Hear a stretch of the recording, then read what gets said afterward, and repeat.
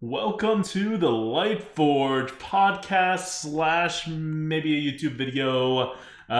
This is about the Darkmoon races, I think. The new mini set that's coming out tomorrow and announced yesterday. Yes, it is. Hi, I'm also here. This is Merps. We got 35 cards that are being released, so we're going to talk about them. We're going to introduce a new way of ranking cards, whatever. And then we're going to just talk about these cards. That's it. So normally we algorithm everything. We did not algorithm any of this because it came out yesterday and it's being released tomorrow. This is Wednesday night, by the way, when we're doing this. You'll probably listen to this. If you're not listening to it live, you're probably listening to it on Thursday. There's also a chance for listening to this on the podcast that this goes on for too long and Rose has to cut them into two. So if all of a sudden we just cut off, nothing wrong happened. It just meant that we had to split the podcast into two. So just be wary of that. And on the YouTube video, it should just be one long video. Or maybe give that Merle says wants to split it up into multiple ones. I don't know. I don't think it'll be necessary. All right. We can do this. Okay, we could do this. So it's a new set. It's not following any particular rules. I don't know what else to say about it. These cards do have rarities, though. So presumably they'll follow the same rarity rules as everything else. And a new rotation is coming in with these cards, which we are not going to analyze tonight. We just have too much to do. We'll do the analysis of the new rotation coming in the normal Lightforge time on Sunday. And we'll talk about Battlegrounds also on Sunday, because there's Battlegrounds changes too. There's lots of stuff happening. But now this is kind of an emergency extra Lightforge podcast slash valuations, not valuation really, but slash card preview stream, because we do these for every set. So we wanted to do it for this set too, even if Blizzard kind of just drops it on us. Okay. So let's start. Okay. All right. So Adukta, tell us about the ranking system we're going to be using. Right, okay. Because we're not using the tier list ranking system, we can give you rough stuff about the tier list. So we're going to use a 8-point system. It's really a 9-point system, but spoilers, there's nothing we would rate a 9, even though the Lightforge tier list would have the very best cards in the game, like Twisting Nether, would be a 9 potentially.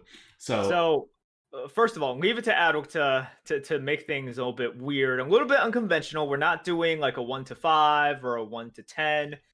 1 is the lowest score. 9 is technically the highest, but I'll leave it up to you. Yeah, there's less than 10 cards in the meta right now that's a 9, and they're legendaries and the most ridiculous ones. We drew a random line at 350 Lightforge points for 9. And the tier list, and for 1, it's everything below 40, just because we didn't want to keep splitting stuff when it gets too low. So anything 40 points or below, we're just calling a 1. Some of those cards are playable and pickable, but they're bad, right? That's all we care about. In the middle, 4 is a Yeti. And any card that's about, think of 4 as your center point. So about a Yeti is a 4. And 3 would be worse than a Yeti, like Razorfen Hunter, right? That would be a 3. 2 would be even worse than a Razorfen Hunter. 2 is between 40 and 60 points on the Lightforge tier list right now. So it's it's stuff you really don't want to go near. Now 5 is where things get interesting. 5 is between a 110 and a 150, which is you're better than a Yeti, right? Obviously better than a Yeti, but still not super premium, low premiums to just really good cards. And then 6s are your true premiums. 7, we have an arbitrary cutoff to start 7 at around 200 points. So the way I like to think about it is that 5 should be the best neutral cards. Anything that's 6 and a neutral card just shouldn't exist. It's just overpowered. And 6 should be the highest class cards. Anything that's 7 or higher, even as a class card, just shouldn't exist. But they do. They definitely do. Even in neutral cards, right? Twin Tyrant, Claw Machine, they're all 7s. And they're neutral. They just shouldn't. is kind of my point. So the way we have it broken down, I wrote this somewhere. Okay, so 4 is Yeti, average offered. 5 is the average card you have in your deck, and generally a good neutral. 6 is an overpowered neutral card that kind of exists in the game, or a good class card, like fireballs, right? Flame strikes, they're good class cards. 7s are super overpowered class cards, and these cards should not be in neutral at all. Like, not even overpowered, they're beyond overpowered, right? Like Twin Tyrant. On a class card level, we have stuff like Torrent, Sap, True Silver. Like, there's stuff that's better than a Fireball. And at 8 are cards that I think should not exist, period. They're cards like, we have some examples like Evocation, Blessing of Authority, Expendable Performer, Cycle of Hatred, Troublemaker. So 8, like when you think about a point system, right? I want to draw a comparison to a lot of other rankings that people use when people do previews. They'll do like a 5-point system or a 10-point system, and they will have quite a few cards at 9 out of 10, 8 out of 10, or like a 4.5 out of 5.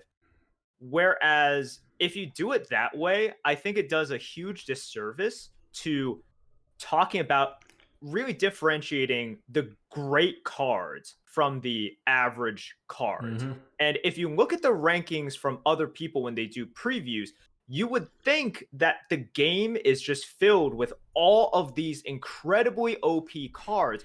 It's not. It's because these people have kind of failed to, and I'm not saying that their evaluation is wrong. A lot of them are very good at evaluating how good it is. What they're bad at is creating a number system to tell you, like, kind of relative to the other good cards, how good / bad it is. So when you are listening to us evaluate this and we say something is, for example, a 6, and you're just like, wait, a 6, it's so much better than that. Hold up for a second. You know, a 6 is a really like good card. That's like where a fireball is. Yeah. You know, that's where like a burrowing scorpion is, and you're just like, wait, oh yeah, those are really good. How are they only a 6? Those should be like, if your system is a 9, it should be an 8 out of 9. Well, No, that's not how it works, right? Because a 9 is something that is WTF. Why did they ever print this?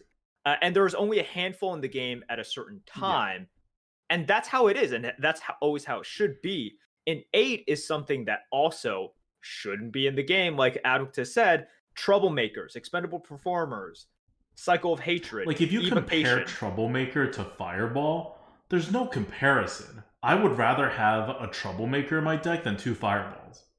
Yeah. Like, easily, right? Like, that's why you can't put them both at, like, Fireball's a 9 and Troublemaker's a 9.5. Like, that's not very meaningful. Like, Troublemaker is in its own category. It's not alone in there. There are other cards that are rated like an 8. Just like there are other cards that are rated a 7. But we structured the system so that the values get low. There's a smaller and smaller pool as you go high. And same as you go low, except for 1, because we needed a bucket to put all the crap cards. So the 1 bucket is actually very big. Because there's a lot of cards that are just not for Arena, right? And if you look at other systems that people use, it's not even it's just them talking and then assigning a score, right? What'll happen, you'll see either one of two things. Either everything is shifted extremely upwards, or there's a huge gap in the middle. They'll assign everything like a 1, or, you know, if it's a 5-point system, everything's either like a 1 or a 4/5, and there's like no 3s, right? But that's wrong. That's just like not correct, that distribution. Or everything would just be shifted really upwards, because, you know, Blizzard is printing these and everything, and, you know, there's going to be a lot of good cards, but not all of them are going to be premiums, like if you just take those scores how it should be. Yeah. So that's what I want to instill in everyone thus far, because if you're used to kind of listening to those and everything, some of the scores that we give, you guys might, I think, will instinctively be like, whoa, wait, that's too low. That's way too low. Like, it's got to be 8 out of 9. It's got to be a whatever. you can't even really think of it as like out of 9. It's 9s definitely not are out of 9. 9s are off truly the rare. scale. Yeah. 8s are technically off the scale. That's what you should Yeah. remember. Like, 8s should not exist. They should not be on the scale. If a scale existed where the top score is the best card you can print, that would be a 7. So it's really a 7-point scale, but Blizzard is terrible at balancing this game. Slash doesn't try to balance this game for Arena much, so then 8 and 9s exist. So you should really think of it as a 7-point scale. Like, that's how I want you guys to think of this, as a 7-point scale, where Fireball is a 6.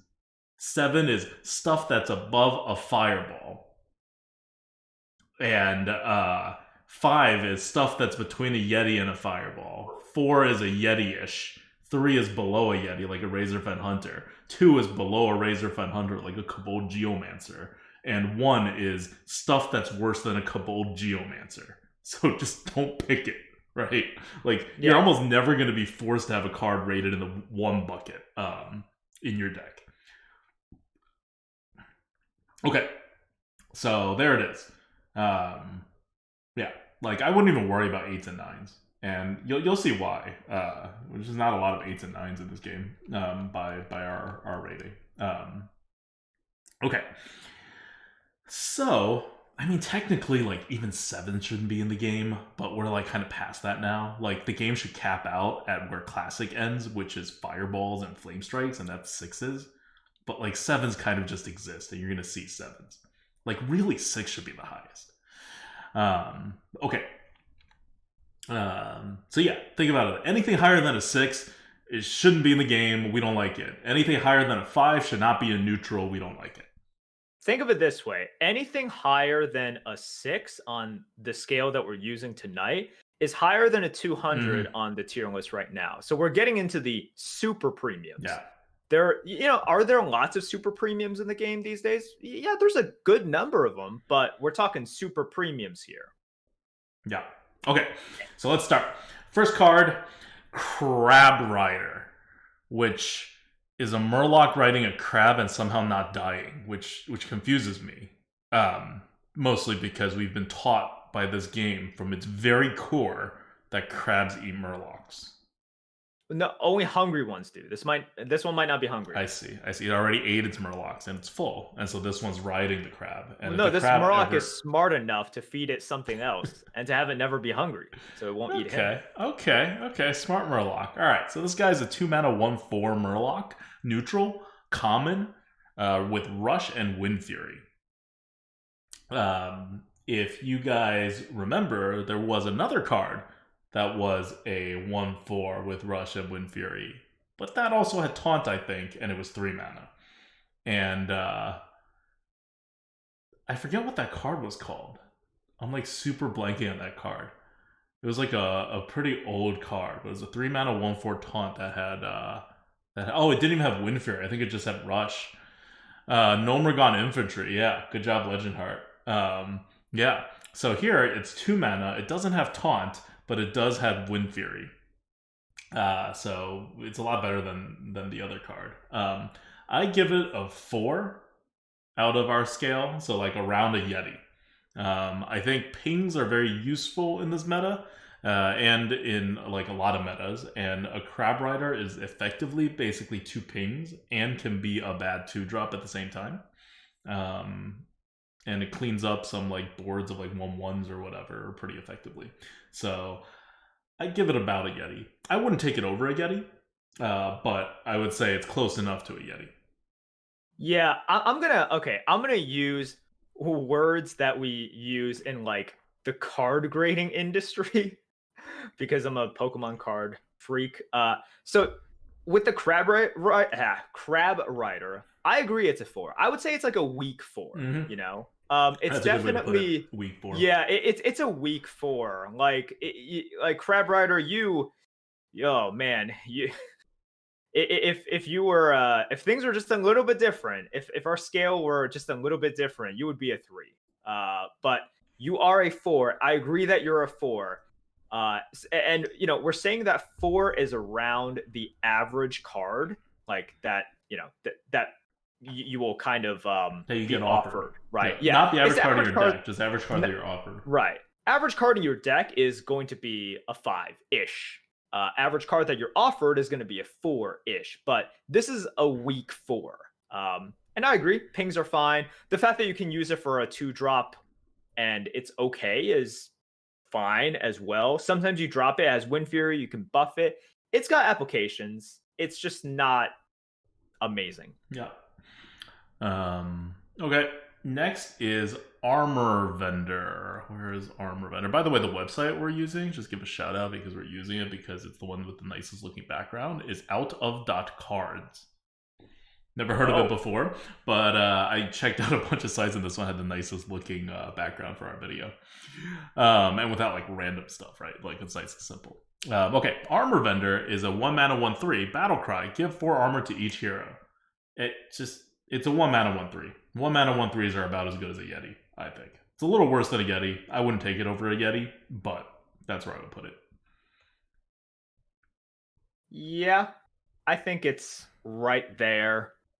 1-mana 1/3. There's nothing that special about this stat line anymore. We've seen it a lot. The armor could be good. It could be bad. There's tons and tons of tools these days to help you extend the game. So it's not like this is doing anything super special. It's fine, but yeah, this is one of those cards where if it was released many metas ago, it could have been a real game changer. But in today's meta, it's a 4. It's like a solid 4. Yeah, I mean, remember back in the day, like there were fireballs and stuff that we would rate as 6 right now, but that the top neutral card was a Yeti, which was a 4. So that was the back in the day line. Okay. Next up is we'll talk about this card, but it's not going to be in the arena. They've already announced it because I think when they showed this card, everybody was like, "What?" And for good reason. But I want to talk about this card to show you what our scale does. And it's a rare card, rare neutral card. It's a 9-mana 9/9 dragon. It's called Runaway Blackwing. At the end of your turn, deal 9 damage to a random enemy minion. This is a real card. This is not a card, people made up. Blizzard made it up and then put it in the game. But it's a real card. 9-mana 9/9. At the end of your turn, deal 9 damage to a random enemy minion. So it's like Ragnaros, but it can never go face. It will always hit the board. And then, like, assuming it lives a turn, you get to attack with it. And it'll also still have its ability. Oh, and it's a dragon, just for the hell of it. Yeah. This is a neutral card, a neutral rare too, not even an epic. And this would be an example of a card that is an 8. This is not even a 9. I would put this at an 8. Like, clearly better than a Twin Tyrant, but not, like, earth-shatteringly so. Yeah. So, once again, guys, Twin Tyrant is about a 7 on the scale. It's a strong 7. It's a strong 7, but it is a 7. Yes, this would be about an 8. And if you guys are curious, what is a 9? Or what kind of what would it have to take to be a 9 for a minion, right? Especially a minion that does something. Like the strongest example right now is N'Zoth, God of the Deep. And I think if anyone has played with that card, you understand why. Because yeah, you get one of every single tribe. So what are you going to get back? What's the most popular dragon? It's like Proto Drake, right? Most popular Murloc, Fishy Flyer. So you have like initiative, you have all of this stuff. There's circus amalgams everywhere. So if you're looking for a minion card that's also big, right? I want to use a big example because this thing is 9 mana. So a big card that is 9, as in should just completely dominates and is way too good even for the mana cost that it is. It's N'Zoth, God of the Deep. So that would be a 9, and this would be an 8, which means it is already beyond the scale of like our kind of 7-point scale. But we have to allow higher. So yes, 8s and 9s do exist. Yeah. This is an 8. This is an example of what a neutral 8 would be. Thank you, Blizzard, for not printing this. Printing it, but not letting it be in the arena, because it would be better than a Twin Tyrant. And Twin Tyrant's already ridiculous, and no one liked it.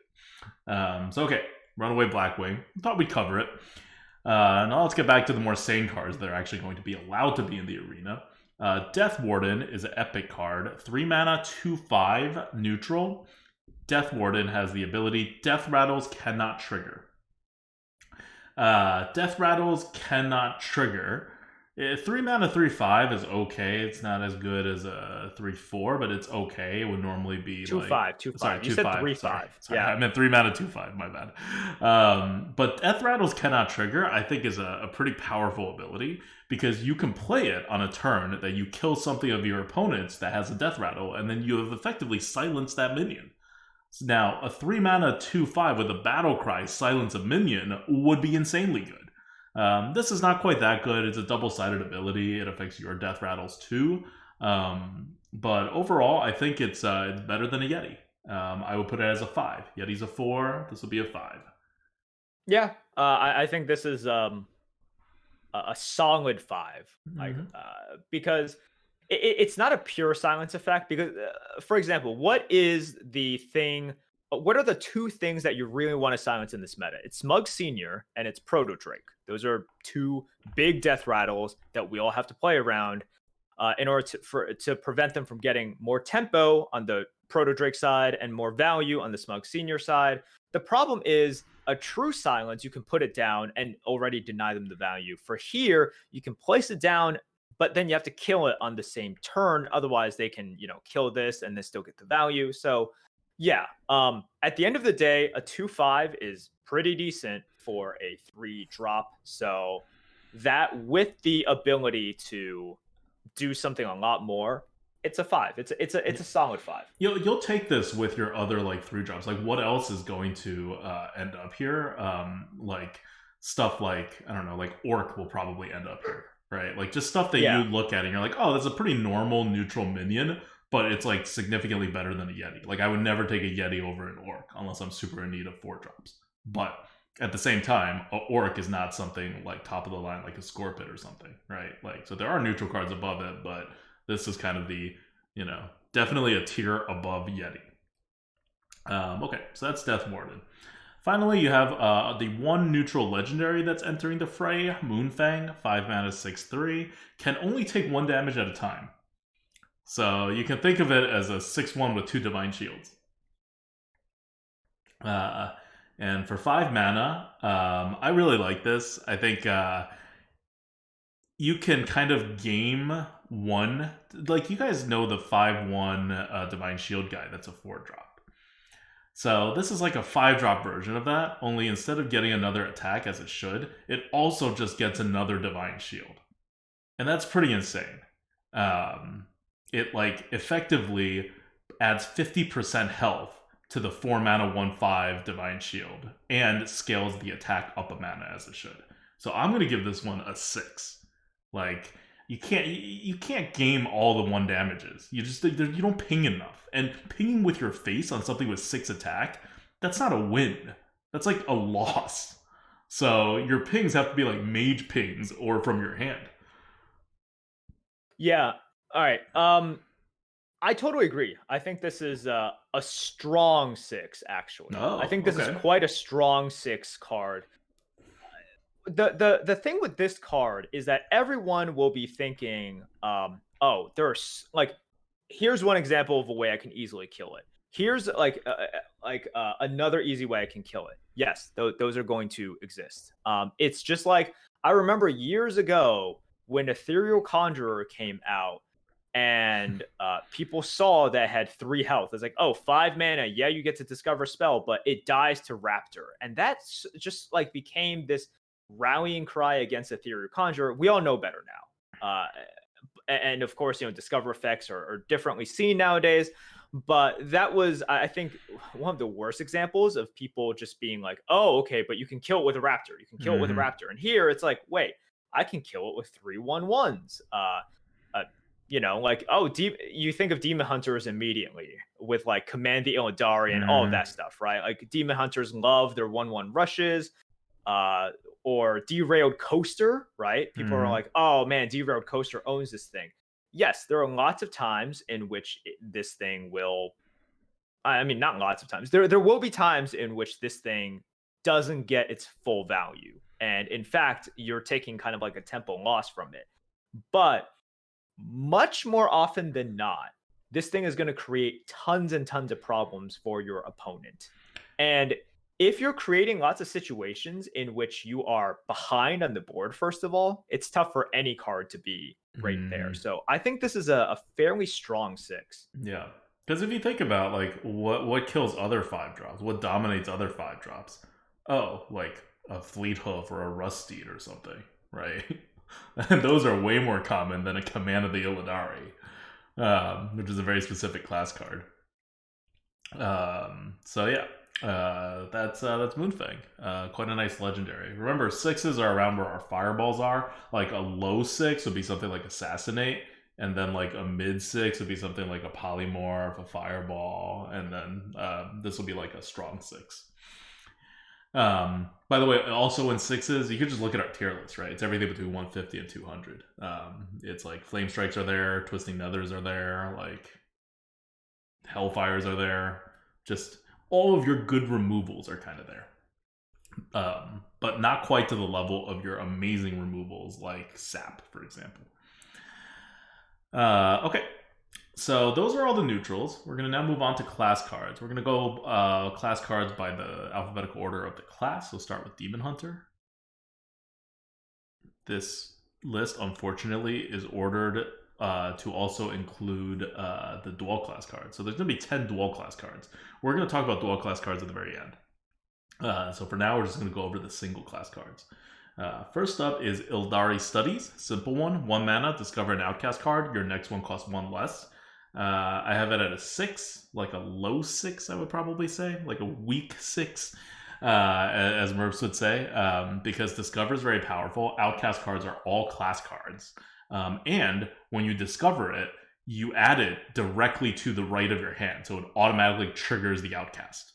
So there's a lot of synergistic things working with it, and it costs 1 less, right? So you're able to like be on curve, so to speak, with your card.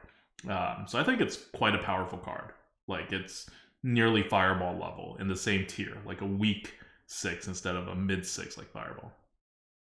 Yeah, I think this card is like a strong 5, weak 6 for me. So we're about the same right there.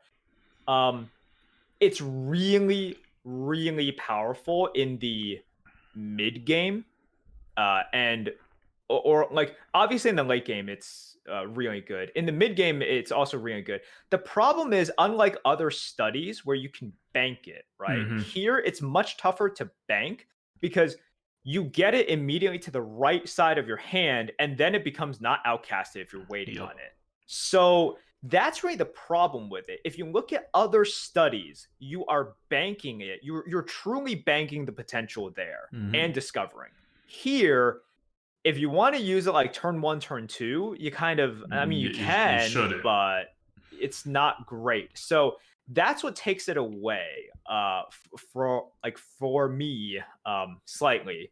But in the mid game, it could be absolutely bonkers. In the late game, it is absolutely bonkers. So yeah, it's like a strong 5, a weak 6 between there. Okay. Next up is Felsaber. Felsaber is the other Demon Hunter class card. 4 mana, 5/6 demon, common. Can only attack if your hero attacked this turn. So if you ever want to attack, you gotta either already have a weapon equipped or, like use your hero power to attack. But 4 mana, 5/6. I would say it's a 5, better than a Yeti. Yeah, it's a 5. Demon Hunters do attack, but it's gonna be a little awkward. It's fine. Like if you think about all the times that you can squeeze in a hero power and you want to squeeze in a hero power, yeah, this is gonna be much easier to use because you're a Demon Hunter and stats do matter. But like the days of you getting +1/+1 for a drawback, I'm like, ugh, like just give me the +1/+1. Why does there have to be any sort of drawback? We're kind of in that world. So yeah, it's a 5. It might even be like a weak 5, but it's a 5. Yeah, it's Demon Hunter though. Like you want to be attacking, you want to use your hero power. Your hero power is tempo neutral. Like, I think if it were in like Druid, for example, it would be a lot worse. But even in Oh, Druid, something definitely. like Sithilid was like totally playable. And this has even Uh, one more stat than that. it was playable in the strictest definition of Yeah, I playable. mean it wasn't good. You wouldn't take it over a Sure. Yeti, Yeah, it was playable. Yeah. but here you get 2 stats instead of 1, and you're a demon hunter. Each iteration of you needing it to attack is less. It's also more threatening. Like there's a big difference putting a 3/5 on the board that your opponent can leave alone, versus like if you put a 5/6 on the board. Because now, like if your opponent leaves it alone, they know that you can hero power or equip a weapon, and then just get a good trade every time. So I think that matters too. But anyway, better than a Yeti by some margin. Okay, let's move on to Druids. Druids got some good cards. First one is the common one, 3 mana 3/4 taunt. That is also a dragon. So already good. You're already at a monkey. Already you are at better than a Yeti, right? This is like a 3 mana version of the Amalgam, kind of. And then there's a corrupt ability. Gain +2/+2. So it's 3 mana, which means if you ever play a 4 mana card or afterwards, meaning you can't do it on curve, but pretty much after your 4 mana turn, it becomes a 5/6 taunt for 3 mana. I have it as a 7, 200 plus points, Twin Tyrant level, just super game changing, good in all scenarios. It's a class card, but it's really pushing the envelope. Like I wouldn't have allowed them to print this card if I were in charge of Hearthstone. Yeah, I think this is a solid 7. Mm-hmm. Like this is a solid 7. I don't know why it has to have the tag of like dragon as well. It just has a little bit too much. Also, +2/+2 on a 3/4. It makes it into a really good body there. Like the difference between a 3/4 and a 5/6 is that's sort of like the perfect point, right? Yep, Where 5 it just damage. makes yeah. The 5/6 body, so you don't lose to yeah. other 5 damages. Yeah. So it's great. It's fantastic.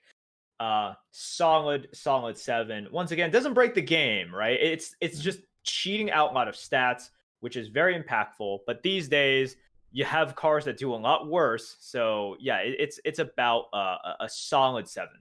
Yep. And remember, 7s should not be in the game. Like we're at Twin Tyrant levels. Yeah. Okay, next up is a arguably even better card, I think. 5 mana, the spell Arbor Up, summon 2/2 Treants, give your minions +2/+1. I'm assuming the +2/+1 applies to the Treants too. It wouldn't make sense otherwise. Obviously, Yeah, I haven't seen it. So yeah, so you're basically summoning 2 4/3s for 5 mana. So you're already doing way better than a Silverhand Knight. Then you are also buffing with initiative anything else you happen to have on the board at the time, and if you're in the high mana situation, you could play another minion or 2 before you play this, and they would get the buff. It's a super crazy card. It's also in case it has almost as much reach as a Savage Roar. On top of that, it has 2 less damage of reach as a Savage Roar, so it's also just a reach card. The 4/3s you summon don't even matter sometimes. It's like I think it's a busted card.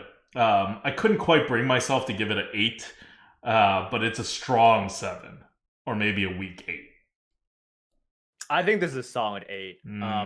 It just does too much, and there are no times in which it is bad. It just, if you have a board, great. It's bonkers insane. If you just want to build a board, double 4/3s, that's already more than what you should get for 5. It only has upside. That's it. It only has upside. And when you look at some of the cards in the 8 category, that's kind of what they are. You're just like, wait, this isn't fair. Like, this is way more than you're supposed to get. There's really no downside to it. And just, also, it just plays very well into what Druids can do and want to do, which is, that's the thing. When you look at classes, you want to ask, like, what do they want to do? And are they able to do it, fairly well these days? And getting a wider than your opponent, getting a wider board as Druid, not that hard. And they have some some very good ways to do it, and then you capitalize with Arbor up. Solid 8. All right. Very You convinced me. You convinced me. I'm moving it up to an 8 on my list 8. as well. Yeah. So that, by the way, at least for me, would be the best card of the set outside of Runaway Blackwing, which is also a solid 8. So in case you guys are wondering, the cards don't get better than this in this set, and really in most sets. You rarely have a set that gives you cards that are 8 solid 8s. Yep. All right. So this card's in the game, by the way. Runaway Blackwing's not in the game because it's a neutral at this power level. This is the class card at this power level, and it is like way above what I would not allow in the game. But Blizzard has. We'll see. Okay. Next up is Bolashot. Bolashot is we're at Hunter now. Common Hunter spell, 2 mana, deal 1 damage to a minion, 2 damage to its neighbors. So it's like a Grievous Bite, but reversed. Instead of 2 damage to the middle target and 1 to each side, it's 1 to the middle and 2 to each side. Technically more damage, but in order to get that more damage, you need 3 minions on the board. I have it at a 5. Yeah, I think it's a 5. Like not as good as a Fireball or a Flame Strike, like quite a step down from it, but better than stuff like a Shadow Bolt or like a Claw. Yeah, Grievous Bite was always a little bit better because sometimes you just want 2 mana for 2 damage. Here you're really trying to, like, Grievous Bite was better for less targets. This is better for more targets, and then also depending on positioning or whatever. So Bite is just better, but Bite was really good. Bite was very, very good removal. So here, this one, it's fine. Hunters and really every class just have so many ways to remove. So this is like in today's meta, just kind of blah. When Grievous Bite came out, that was actually kind of that was good. That was like a premium card. It was better than it would be now. Yeah. And now we have Bolashot, which is worse. On average is worse. Yeah. So yeah, it's not too exciting, but it's still fine. It's a weak 5. Okay. Yeah. Yep. Agreed. And yeah, remember 5s are about the average card you put in your deck. So a weak 5 will be a little bit below the average card you put in your deck. Like you're not happy with it, but you're not like sad either. Next up, we have another Hunter card, 3 mana, 3/4, Saddlemaster, rare. After you play a beast, add a random beast to your hand.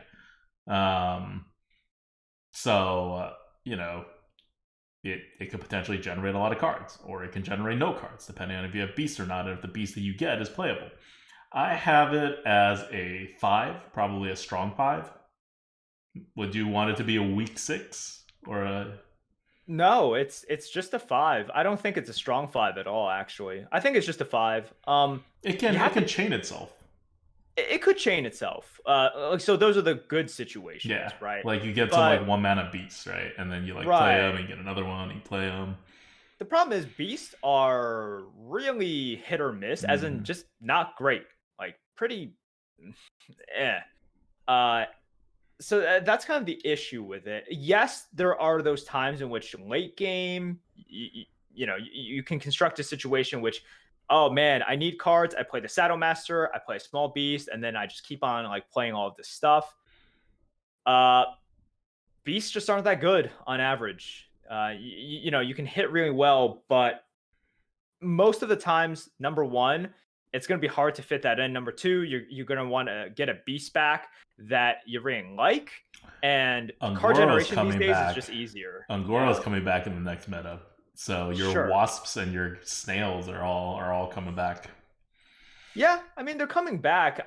But once again, I'm thinking about all of the card generation that you have access to these days, and also just still the fickleness of getting random beasts. Yeah, there are some better ones coming back in. This is just a 5 for me. It's fine. All right. It's good. It's good. Yeah. It's like an average card in your deck, you think? Yeah, around there. It's an average card that you are drafting. All right. Because that's where things are in today's meta. Yeah. So far, all the class cards have been a 5 or above, and 2 of the neutral cards, the Crab Rider and Armor Vendor, were 4s. We're gonna see our first bad card here in Mage. Conjure Mana Biscuit, 2 mana. Add a biscuit to your hand that refreshes 2 mana crystals. So it allows you to bank 2 mana for a later turn, and it effectively is 2 spells. So if you have some spell synergy, this could do some stuff. In the arena, it's not valueless. I rated a 1, but it's not valueless. Like, I definitely don't mean that in the Lightforge tier list this will be a 0. I actually think in the Lightforge tier list this will be like a strong 1. Like, this will be like right before the cutoff and we move into a 2.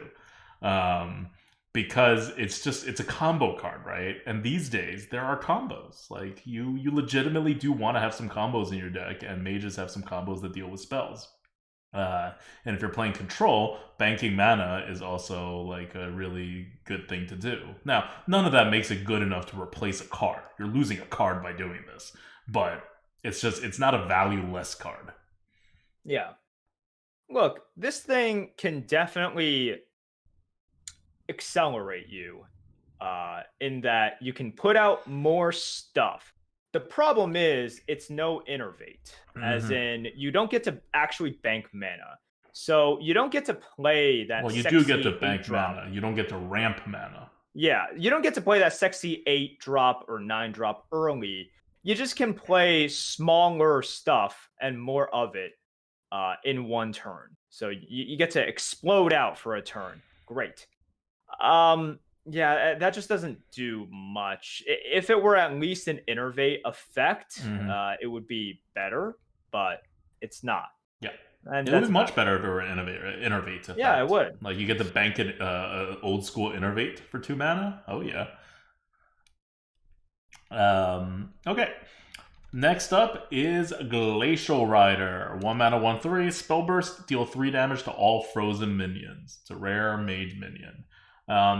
The spell burst doesn't matter all that much. This is just a 1/3 with a little tiny bit of an upsize. The same as Armor Vendor. For me, it's a 4. Obviously, it's better than Armor Vendor, but it's not that much better. Like, on our tier list, it'd be like less than 10 points better. It's a 4. It's okay. You're going to be able to use its effects sometimes / rarely, more closer to rarely, but it's fine. Mages... The problem is mages have been getting these small things forever now. They don't want to give mages a faceless summon or anything. They'll just keep on giving them glacier racers. It's okay though. It's a 4. Like, I still take a Yeti over it, but yeah, not far off. Okay, now we're on to Paladin. First Paladin card is a Libram of Judgment. 7 mana weapon. 5/3 weapon. And if you corrupt it, it gets lifesteal. Okay, so you're not going to corrupt it very often. It's not impossible to corrupt, but if you've ever tried to corrupt a strongman, you know that it's not the easiest thing to corrupt either. And if you corrupt it, you get 15 health over the course of 3 turns. If you don't get that 15 health. A 5/2 Arcanite Reaper will be good, but at 7 mana, you are off curve, and the 3rd hit comes way too late.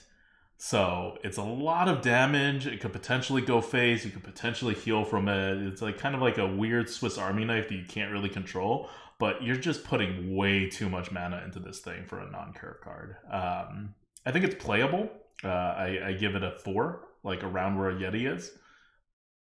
Like, it's a fair weapon in the arena, which is to say it's one of the worst weapons.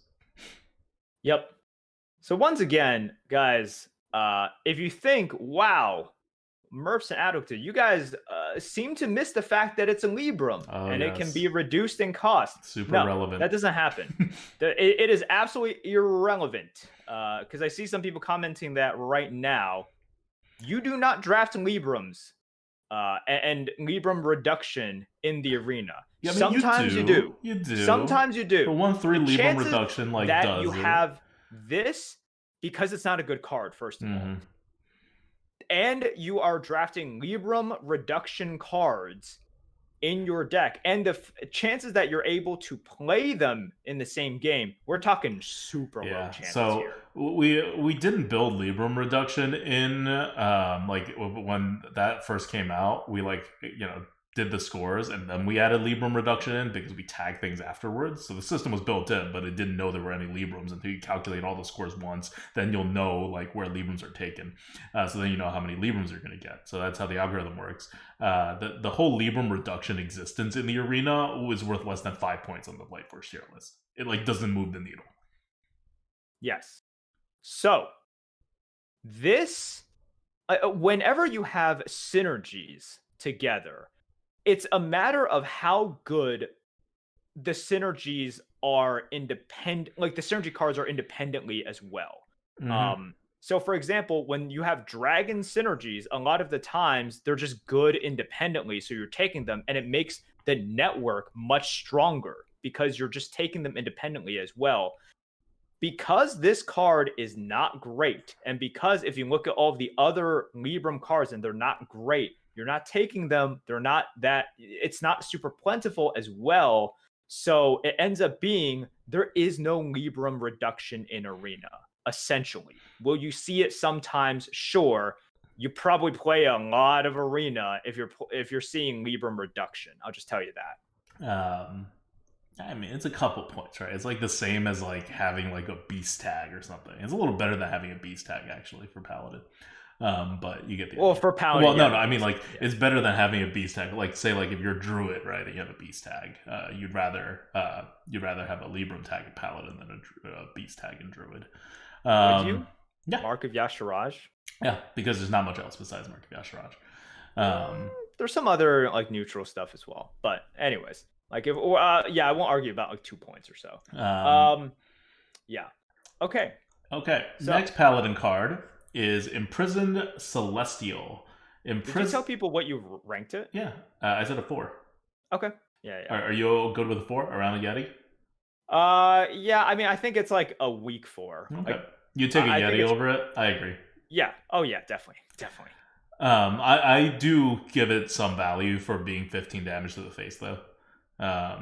Like think about I do Gladiator's Longbow for Hunter. That's 10 damage to the face, even though its ability entirely relies on you like actually hitting a minion with it. You use it to go face quite a number of times. And Paladin's pretty aggressive.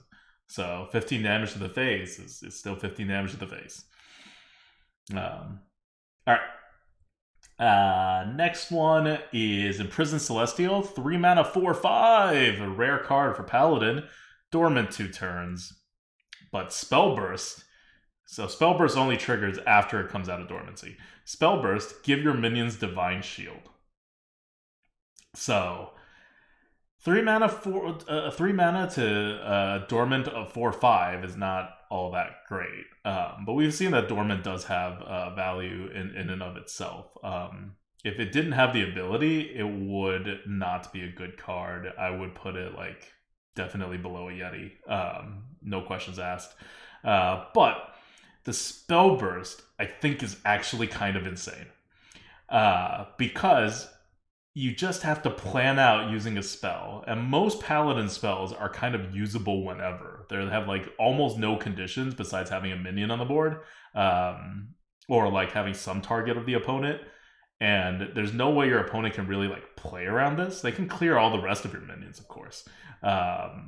But you can then play other minions, right? And then cast a spell in the same turn later on. So I see a lot of value in this as a kind of an easy combo to pull off in the arena. So I rated it 6. Yeah, I think this card is one in which some people might think it sucks. Some people might think that it's really, really good. I think it's a 6. It might be like a weaker 6. Mm-hmm. And sometimes this card will blow you out for certain. Like you might get blown up by this card. What I try to think of is, does this change the way that you approach Paladin matchups, either as the Paladin or as the opponent? No. This is not Keeper of Oldemon, which changed everything you knew about Paladins, which was really annoying. In Imprisoned Celestial, if you are playing against Paladins, you're trying to keep them off the board anyways. And in fact, when they play an Imprisoned Celestial, they're actually not doing anything with their mana for that, for that turn. And then they're sort of banking an ability for later, as well as a 3 mana eventual 4/5. But it takes away from what Paladins are trying to do, which is the snowball, right? And that snowball wants to be continually moving, rolling down the hill. And this can potentially stop the snowball for a little bit. At the end of the day, it's still quite powerful. It's still really good. And the snowball doesn't have to keep rolling down the hill. It's just a little bit awkward. So this is one of those cards in which you will lose to it. And there will be some games in which you will think it is the best card in the game, and you're just going to be frustrated by it.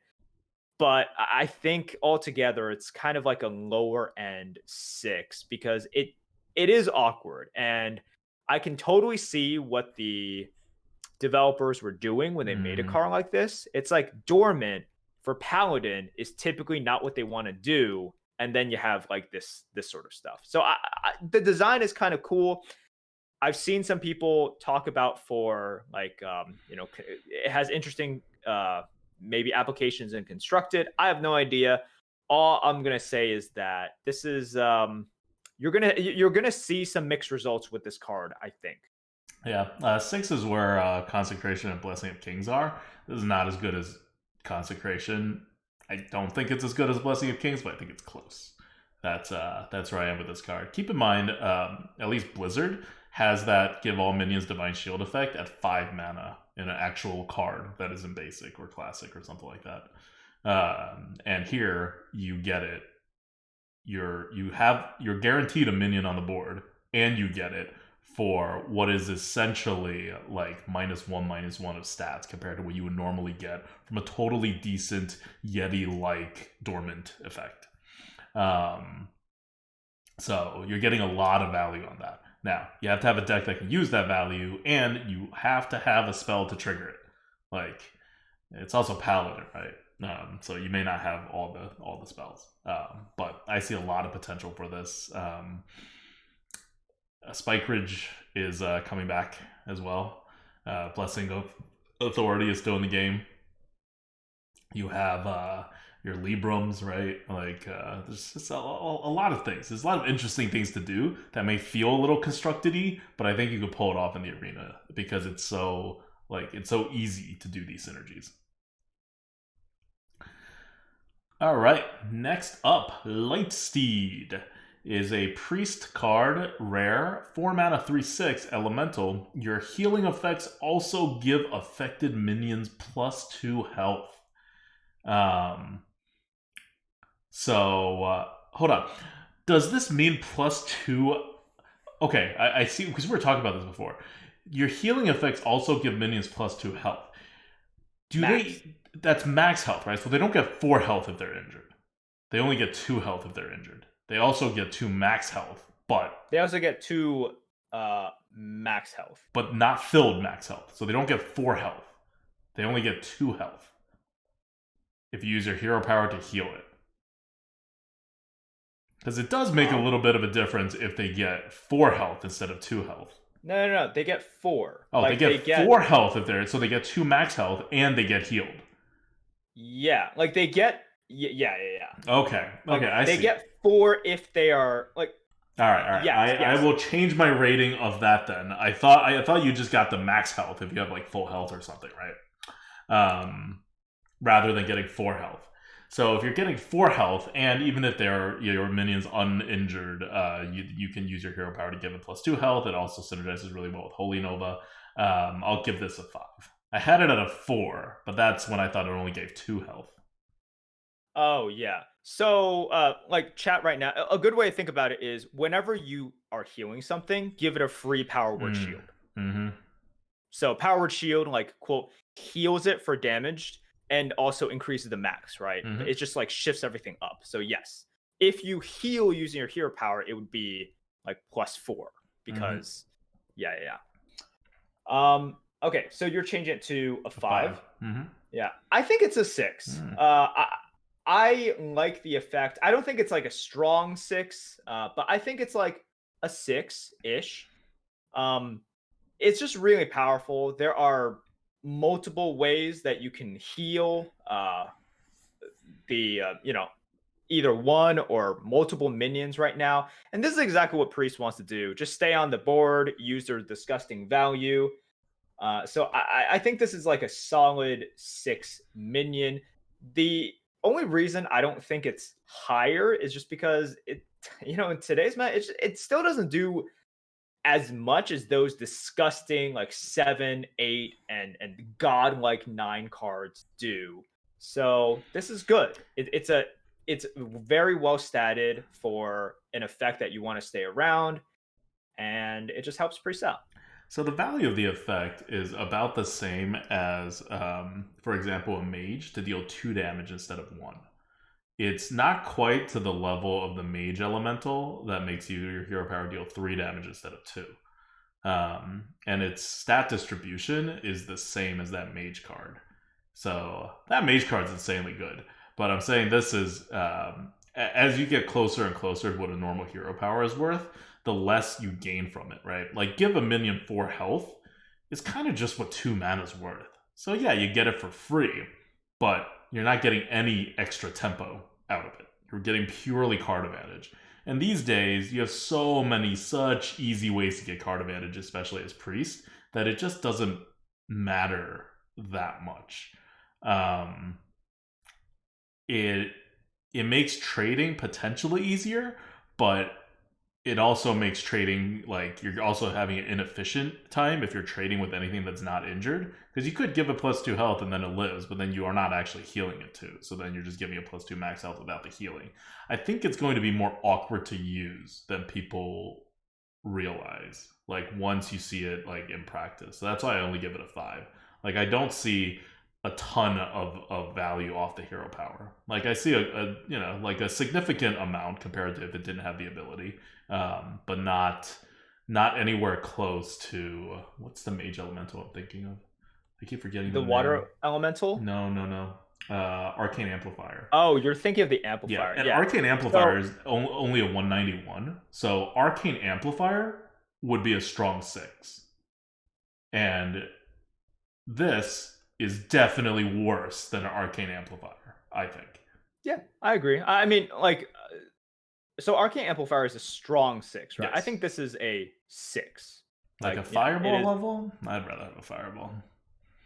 I mean, it's so different for the different classes, right? Like, and they're used for such different things. But yeah, I mean, yeah, like around there. So I think this is like a 6. You can call it like a weak 6 or something. I think it's just like a 6.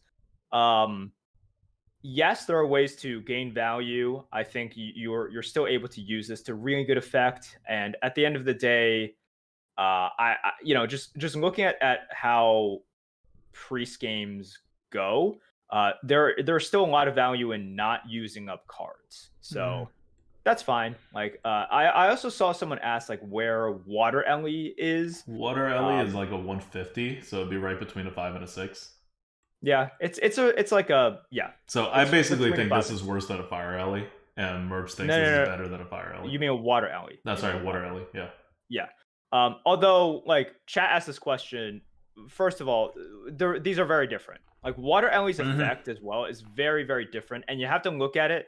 Here's the people like to take cards out and be like, "Whoa, I think this is a good comparison." I don't think Water Ellie. Yeah, that's why I didn't use Water Ellie as a comparison. Yeah, that's why I used Arcane Amplifier as a comparison.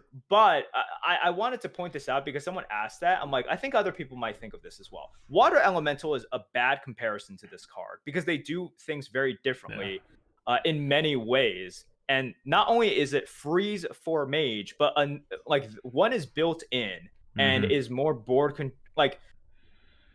I'll just say, like, the more you think about it, the Water more Ellie you comprehend how different they are. Yeah, Water Ellie is both more defensive and more offensive. Yeah. Like, Light Steed is about, like, grinding the board.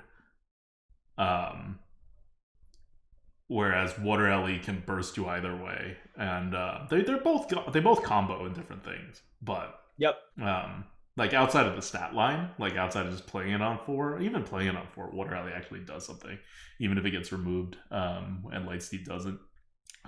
But okay, well, that's Lightsteed. it's a good card. Let's go on to the other priest card. The other priest card's a legendary. You don't really have to worry too much about it. We'll go over it anyway. Dark Inquisitor, Zanesh. It's a 5-mana 3/5 battle cry. Reduce the cost of all corrupt cards in your hand and deck by 2. So if you have a corrupt card in your hand, this basically is a 3-mana 3/5, which not on curve, so it's still not good. How many corrupt cards do you have in your deck? I'm trying to do an estimate, but probably 3 in your entire deck. Maybe 2. You don't have that many corrupt cards in your deck, and then you're going to end up drawing something like 1.5 of them. So it's just it doesn't add up. Yes, when you reduce the cost of a corrupt card, it gets easier to corrupt. But most corrupt cards are very easy to corrupt anyway. Only a few of them are difficult to corrupt, and it's like a bad combo card for the arena basically. And so I rated it 2. Sure.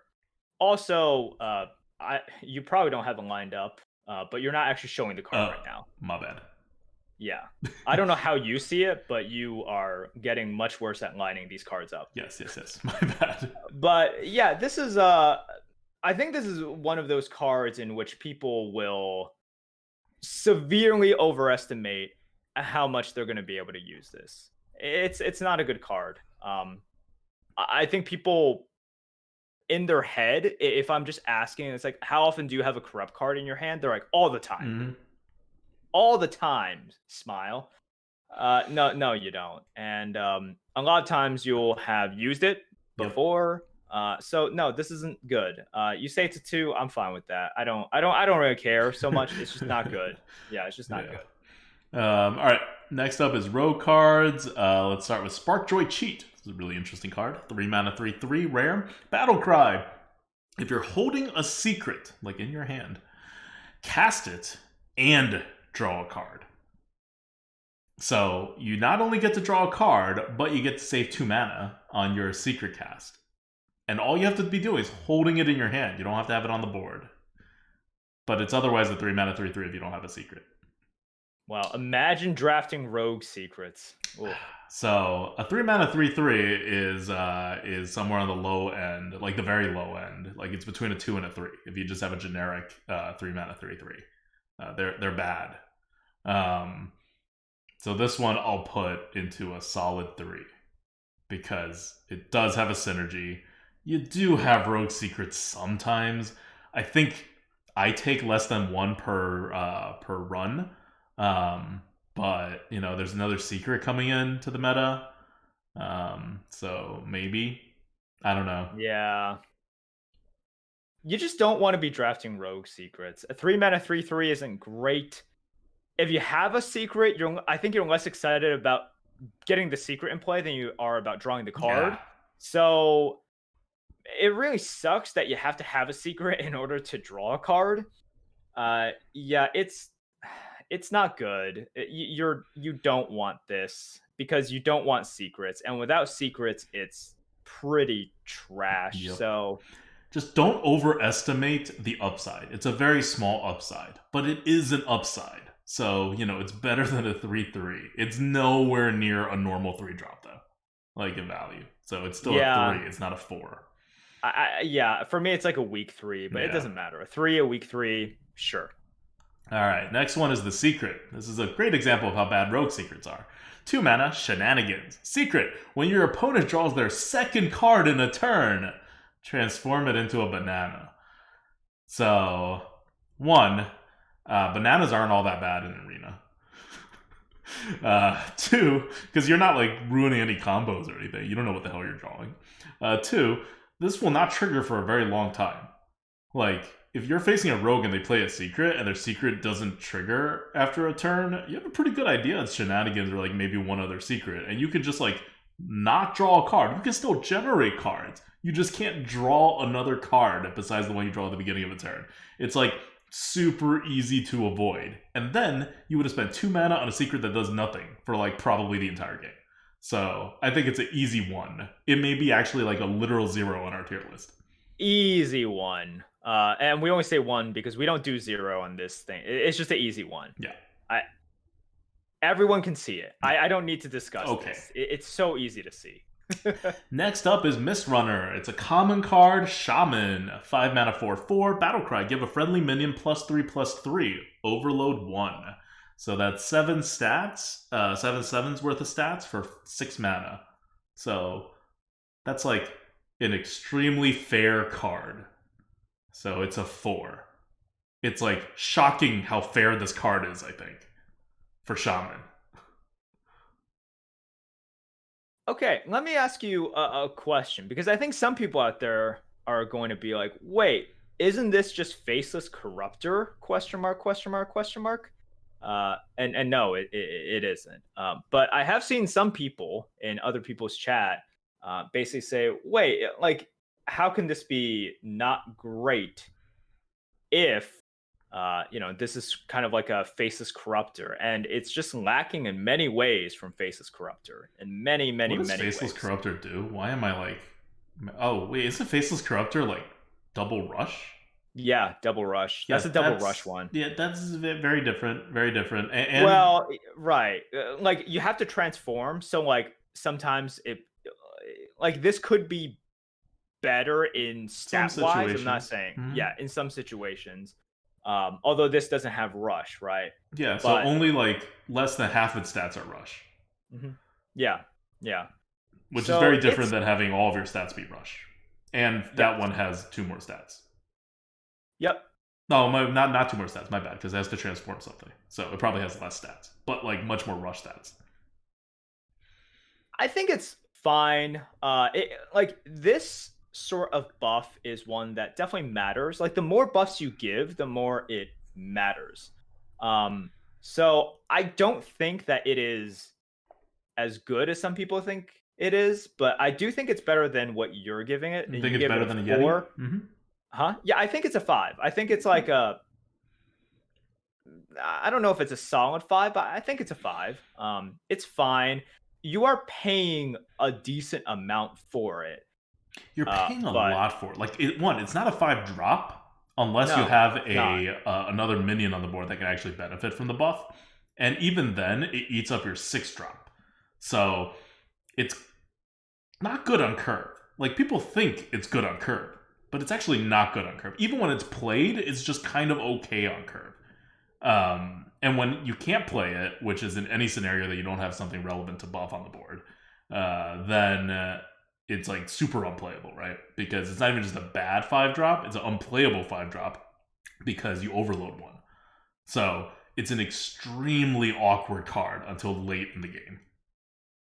Like, and then it just doesn't do enough. Like, it's obviously bad if you don't have anything on the board going into turn 5. But I think it's fine. Like, I don't think we're that far off, actually. You're saying it's a 4, like a solid 4, or what, or a weak 4? I put it below a Yeti. I'd say it's a weak 4 even. Like, or maybe a solid 4. Like, I don't know. It's definitely not a strong 4. I don't like this card at all. Like, someone in chat just said on turn 7 it's an 8/8 with a totem. Okay, so from turn 7 onwards, you can get an 8/8 if you don't have a hero power, basically, and you pay 8 mana. Yeah. Does that sound like a winner? That is not a winning card. That is a terrible use of the card. You know what I mean? Like, I get it. You're saying that's the floor of the card, but that's a pretty low floor. That's a bad floor. Like, an 8 mana 8/8 is like, I don't know what the tier list would rate it, but probably like a 30 or like a 40 at best. Like, yeah. I don't know, what's War Golem on our tier list? Like, that's my problem with this card, is that it's going to end up in some situation more similar. Okay, War Golem's a 43, so yeah. So 8 mana 8/8 instead of 7 mana 7/7 would be even lower than that. It'd be like a 40 or even below a 40. And that's exactly what I mean. It's got such a low floor. And the upside is not quite high enough. Like, it's just too awkward to have that high upside. So another comparison that people make, and this one I totally understand, is Bone Mare. because when you look at something like this, you obviously are thinking bone mare. First of all, I think some people are, number one, not paying that much attention to the overload. It does overload. It's 6 mana, and this that is not 5 does mana. matter. Yeah, this is not just 5 mana. I'm gonna like, yeah. Let's so hold your horses for 1 second. Horses like bone mare. And that matters like because the later you get into the game, the more you can do with the mana. So like overloading during these pretty critical like turn 6, 7, 8 is quite important. Bone mare not only gives you more stats for the initial body and for the taunt, right? So you get +1/+1 on the body, like on the Mist Runner / bone mare body, and you also get +1/+1 on the actual battle cry. Yep. Like the battle cry buff. You get taunt as well. If you guys remember, taunt was not just a negligible thing on bone mare. It mattered a lot. It actually made, in my opinion, bone mare go from a really annoying card to one that I didn't want in the arena anymore. That taunt, which I think some people are just like, it's just a taunt, is super duper important.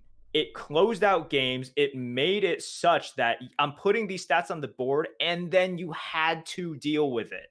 So that was a huge factor there. And the more stats you give something, the more chances you give of value trading into it. So I'm not saying that like, a 3/3 is much worse than a 4/4, but it is worse. And you are unable to value trade as often as you might like to value trade.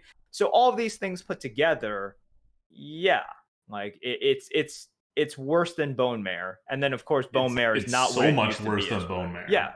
It's not even in the same tier as bone mare. It's not just like a little bit worse than bone mare. It's like, I don't know, 50 points worse than bone mare maybe. Like, not even kidding. And really 8 mana bone mare these days, that's not anywhere close to like a 200 or whatever. Like, I know people remember bone mare from the 7 mana days, but the 8 mana bone mare is nothing to write home about these days.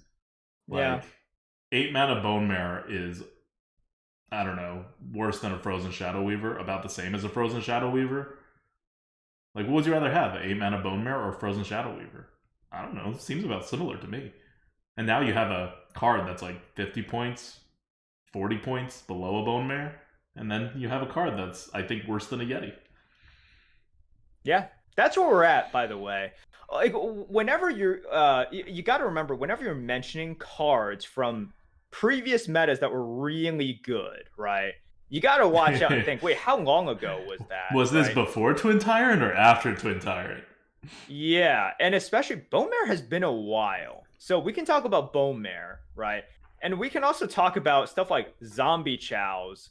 And we can talk about that stuff. And I think you can see, like, Bone Mare is a little bit harder. But remember when Zombie Chow was like the best? Yes, by far the best. But it was like the best card in the game for a while. And if it were introduced in today's meta, man, like it would just it's like just really it wouldn't move the needle for anything. Zombie Chow is like, because that's where we're at now. So yes, this thing is worse than a bone mare. I think we have convinced everyone of that. And once you see that, just evaluate where a bone mare would be in today's meta, and then how this is a decent amount worse than a bone mare. And I think we're on the same page. And that's the thing. Like, a lot of people might differ and be like, whoa, wait. Like, this is, sure, it's a little bit less than a bone mare, but bone mare is premium. Bone mare is barely premium. Stop evaluating this card and evaluate bone mare first. That's what I would say. So yes, for me, this is like a 5-ish, but like, it's, there's a decent amount of range for a 5. This is there. Like, if you're asking me, would I rather take this or a Yeti, I still would take this a tiny bit over a Yeti, and that's where my score comes from. I'd take Yeti a tiny bit over this. Sure. Okay. Next up is Landslide. Landslide, another shaman card, rare spell, 2 mana, deal 1 damage to all enemy minions, like an Arcane Explosion, but with a bonus. If you're overloaded, deal 1 damage again. It's about where a Yeti is. It's a little bit better. And it's Arena. You don't combo it that much. Like, I don't see it as being that much better than an Arcane Explosion, but certainly better. So I would say it's a strong 4.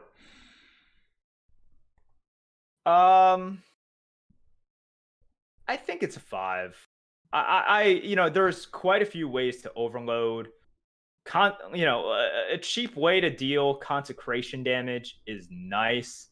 It's also not just a consecration. It's 1 damage twice, right? Mm-hmm. Which is pretty important. There's a lot of death rattles. There's a lot of divine shields going on in the meta nowadays.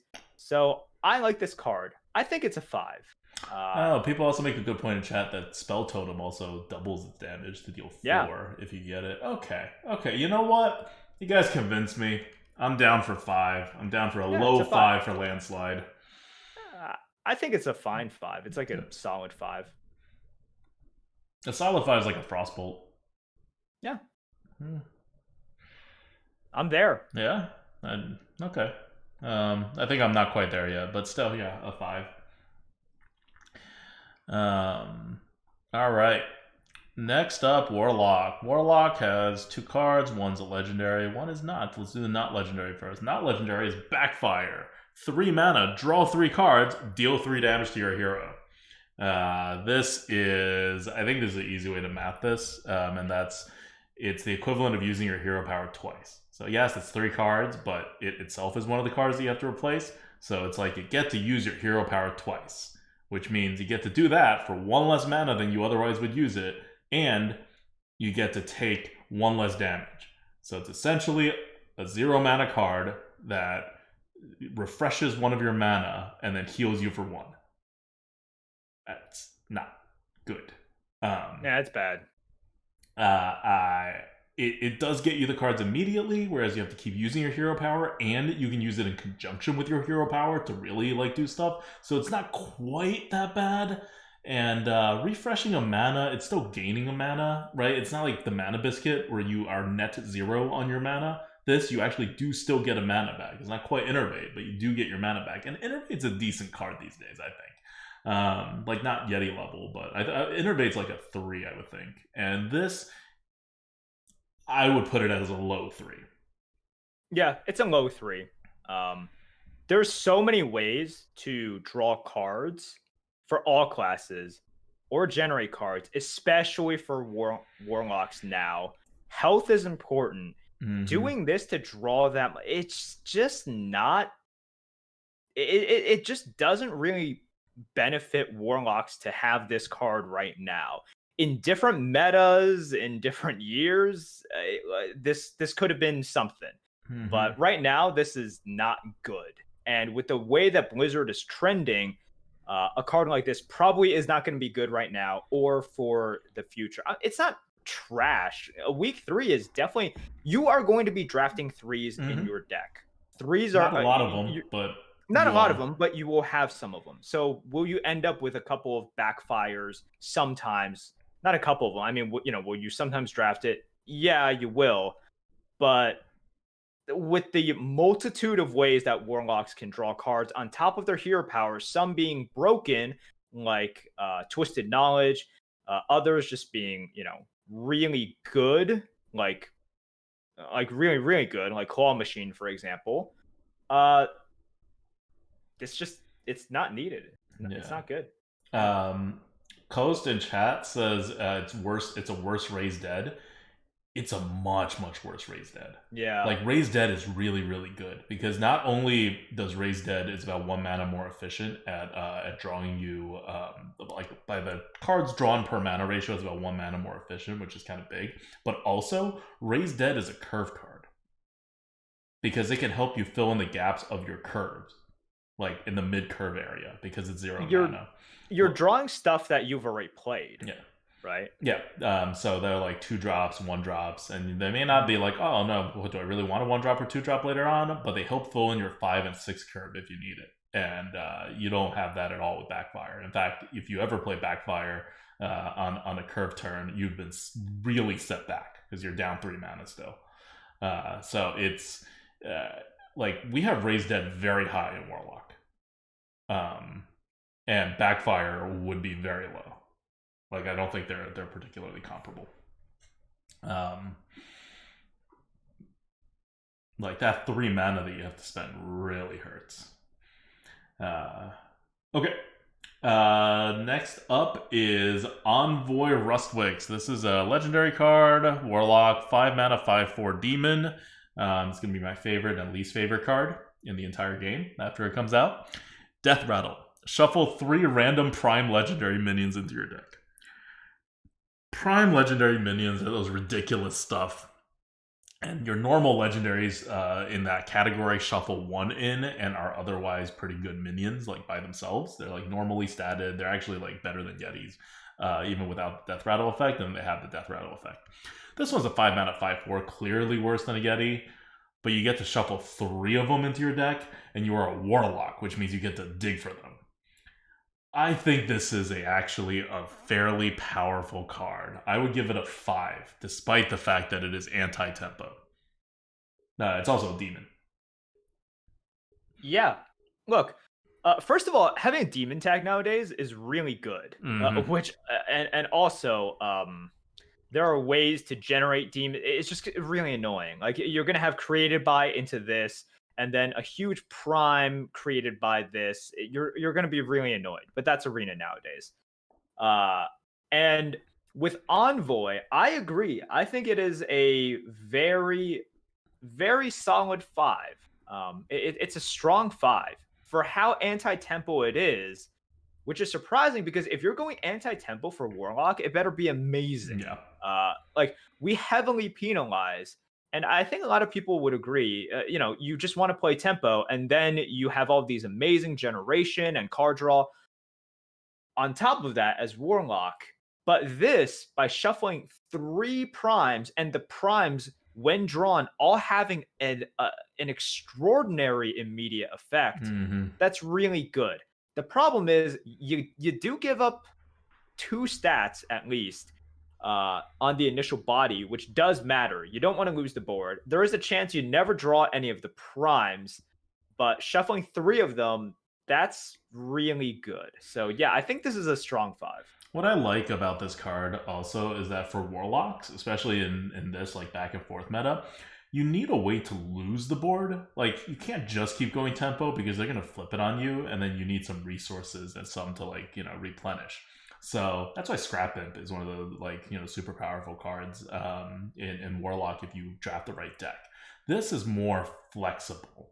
Like, you get so much out of this ability, and you can strategically lose the board so you can have a double-sided board clear that'll actually do something. And Warlocks have to take a whole bunch of double-sided board clears. So I think it really fits in with what the flow of the game is right now. And that being said, we say all these good things about this card, but it's still only a 5. It's not even a 6. It's not even a Fireball. It's not a Hellfire. The effect is still delayed. It's still a lot of RNG.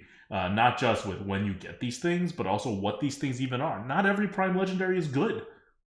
There are totally, pointless Prime Legendaries that are just like any other regular minion. They're not bad, but they're not, they don't do anything. So there is quite a bit of RNG in there, and you don't necessarily want to invite that RNG as a good player. So that's why it's a 5/strong 5. Yeah. All right. Next up, we have Warriors. First Warrior card, Spiked Wheel.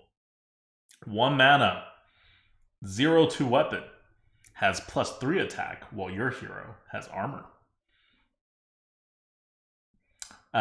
So if you play this out, if you get it on turn 1 and you play it on turn 1 because you don't have a better turn 1 minion to play, on turn 2 you can hero power, and then unless they somehow get rid of your armor without a minion on the board, it will remove their next minion. And then the next time you want to swing, you have to hero power again, or have some kind of synergy in order to get the second swing in. But you've only invested 1 mana, and you end up with 6 damage at some point. If you get it later on in the game, then it's 3 mana to deal 3 damage and gain 2 health. And then you spend another 2 more mana to gain 2 more health and deal 3 more damage. So it's a little awkward, but it all kind of adds up and I think there's enough going on here that the biggest thing that goes against this isn't any kind of like stats or whatever. Like I think the stat part really like adds up for this card. The biggest thing that goes against it is its competition. Like warriors have such good cards that generate weapons and or just like really good weapons. And if you want to delay the effect of this card, oftentimes you're just not going to get the effect at all, and you'll just have to equip another weapon, or another weapon will get equipped. So I think that's going to hurt this card a lot. And so overall, I would put it as a 4, like around where a Yeti is. I agree. I think it's a 4, a solid 4. Yeah, the problem is it's just not big enough sometimes. Other times you just have too many weapons. Being over weaponed is a real issue here. Sometimes it's a little bit awkward with the armor as well, but it's fine because as a warrior, you also just want armor in the first place. Yeah. So you're not exactly going out of your way to make this work. It's just like the minion with Demon Hunter. A lot of times you're not going out of your way to attack in order to have that minion attack, but it is problematic sometimes, so it holds it back a little bit. It's a 4. Yeah. And keep in mind, a 4 for a weapon in warrior is a bad weapon. Yeah. So like this is one of the things where you really have to monitor how many weapons you have, and like you take this if you're low on weapons, but if you're doing okay on weapons, you don't take this, like unless you don't have better other choices. Okay. Next up is Ironclad. Ironclad is a 3-mana 2/4 mech in Warrior, common, Battlecry. If your hero has armor, gain +2/+2. So the loop is you don't play a 2-drop, you just hero power because your opponent, didn't coin out a 2, and then they play their 2-drop, and then you play your Ironclad, and it's a 4/6 on turn 3. That is the upside scenario. Also, just later in the game, it'll be kind of a 5-mana 4/6 that gives you 2 armor, which is not terrible for a 3-drop. But if you don't have that loop going on, a 3-mana 2/4 is pretty damn terrible. So I rate it a 3, maybe like a strong 3, but definitely I think significantly worse than your normal Yeti level curve cards. Yeah. I'm in agreement here. This is just not good. If people think that this is good, I'm curious what scenario that I'm looking at. Because if you just look at it from a curve perspective, if you're looking at it from a mid-game perspective as well, sometimes you're gonna have armor, maybe, but like a lot of times you don't. And I don't know when you're really choosing to armor up. I don't know how these people are constructing these scenarios where they're gaining armor just from what. I have no idea. Yeah, it's a 3. It's not good. You're not going to get the buffs. And if we're talking about late into the game, or even on turn 5, okay, you played a 5-mana 4/6. It's understated. Great, fantastic. So it's not good. It's a 3. All right. Next up, we have our final card. Oh, no, it's not a final card. That's it. That was the last regular card. After this, there are dual class cards. There's 10 more cards to go, but they're all dual class cards. So let's start with the first dual class card. This is going to be so weird. I'm not going to be able to find these. The first one, you know what? I'm going to just go by this list, so we'll be jumping around from our list. Is that okay? Yeah, sure. Okay. So the first one that this website has is Lucky Soul Hoarder, which is a Demon Hunter / Warlock card. And it is a 3-mana 3/4 rare. Battlecry, shuffle 2 soul fragments into your deck. Corrupt, draw a card. So it's a normal 3-mana 3/4, which will be rated around where a Yeti is. And then you gain 4 health at some point, maybe, which puts it a little bit above a Yeti. And then you draw a card if you don't play it on curve. So it's a 6. Yeah, I think it's a solid 6. If you look at 6s, 6s tend to be cards that just pure upside, like, and you're looking at how good that upside is. And this is it. Like 2 soul fragments already are really good.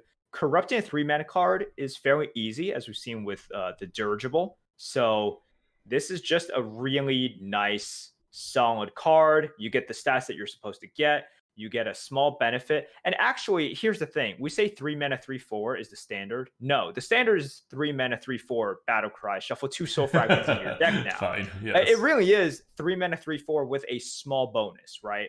And now, on top of that, it has a corrupt mechanic. So that's really the bonus. We can't really think of it as double bonus. It's just a single bonus.